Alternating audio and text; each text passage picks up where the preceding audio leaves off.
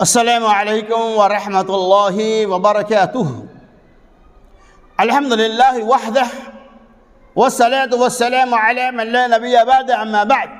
عن عائشة رضی اللہ عنها قالت كان رسول الله صلی اللہ علیہ وسلم اذا دخل العشر شد مئزره واحیا لیلہ وایقظ اہلہ، رواہ متفق علیہ۔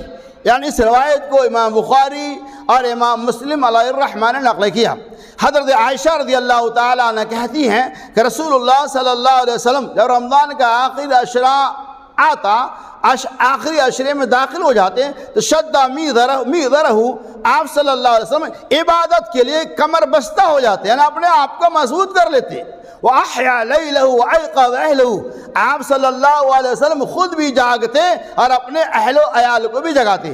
اس پاک کے اندر محمد رسول اللہ صلی اللہ علیہ وسلم اس بات کی وضاحت فرماتے ہیں کہ جب رمضان کا آخری عشرہ آتا، یعنی رمضان کے آخری عشرہ میں طاق راتوں کے اندر، جاگنے والے راتوں کے اندر، جسے عام طور میں شب قدر کے نام سے جانتے ہیں، جیسا کہ اللہ کے رسول صلی اللہ علیہ وسلم کی بے شمار حدیثیں آتی ہیں کہ رمضان کے آخری عشرہ کی طاق راتوں میں سے ایک ایسی رات ہے اس ایک رات کی عبادت 1000 مہینوں کی عبادتوں سے زیادہ بہتر ہے۔ جب یہ رات آدھی عشرہ آتا تو نبی صلی اللہ علیہ وسلم کمر بستہ ہو جاتے ہیں، یعنی عبادت کے لیے اپنے آپ کو مضبوط کر لیتے اور خود بھی جاگتے، اپنے اہل و عیال کو بھی جگاتے۔ اس حدیث سے کیا پتہ چلا کہ اخیر عشرہ میں، خاص طور سے رمضان میں جو 5 طاق راتیں، ان 5 راتوں کے اندر جاگ کر ہمیں اللہ کی عبادتیں کرنی چاہیے۔ ماں عائشہ رضی اللہ تعالیٰ عنہ سے روایت ہے کہ نبی صلی اللہ علیہ وسلم رمضان کے اخیر عشرہ کی طاق راتوں میں اس دعا کو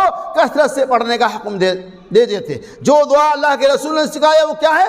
اللہم انک عفو تحب العفو فاعف عنی، رواہ ترمذی۔ اس کا معنی یہ ہے اللہم انک عفو، اے اللہ تو معاف کرنے والا ہے، وتحب العفو، اے رب العالمین تو معافی کو پسند کرتا ہے، فاعف عنی، اے پروردگار دو عالم ہم گناہگار ہیں، اے اللہ تو ہماری لغزشوں کو، ہماری غلطیوں کو معاف فرما دے۔ تو جس رات میں محمد صلی اللہ علیہ وسلم جاگتے تھے، اپنے اہل و عیال کو جگاتے تھے، آپ بیدار ہوتے تھے، اس رات میں کثرت سے نبی صلی اللہ علیہ وسلم اس دعا کو پڑھتے تھے، اللہم انک عفو تحب العفو فاعف عنی۔ لہٰذا ہماری بھی ذمہ داری ہے، جب لیلۃ المبارک آئے، آخر عشرہ کی طاق راتیں ہمارے بیچ آئے تو ہم بھی بیدار ہو کر اللہ کی عبادت کریں اور اس دعا کو زیادہ سے زیادہ پڑھ کر اللہ تبارک و تعالیٰ سے بخشش و نجات کا سودا حاصل کر لے۔ اللہ تبارک و تعالیٰ لیلۃ المبارکہ میں، لیلۃ القدر میں ہمیں جاگ کر اللہ تبارک و تعالیٰ کی رضا اور خوشنودی کو حاصل کرنے کی توفیق رفیق عطا فرمائے۔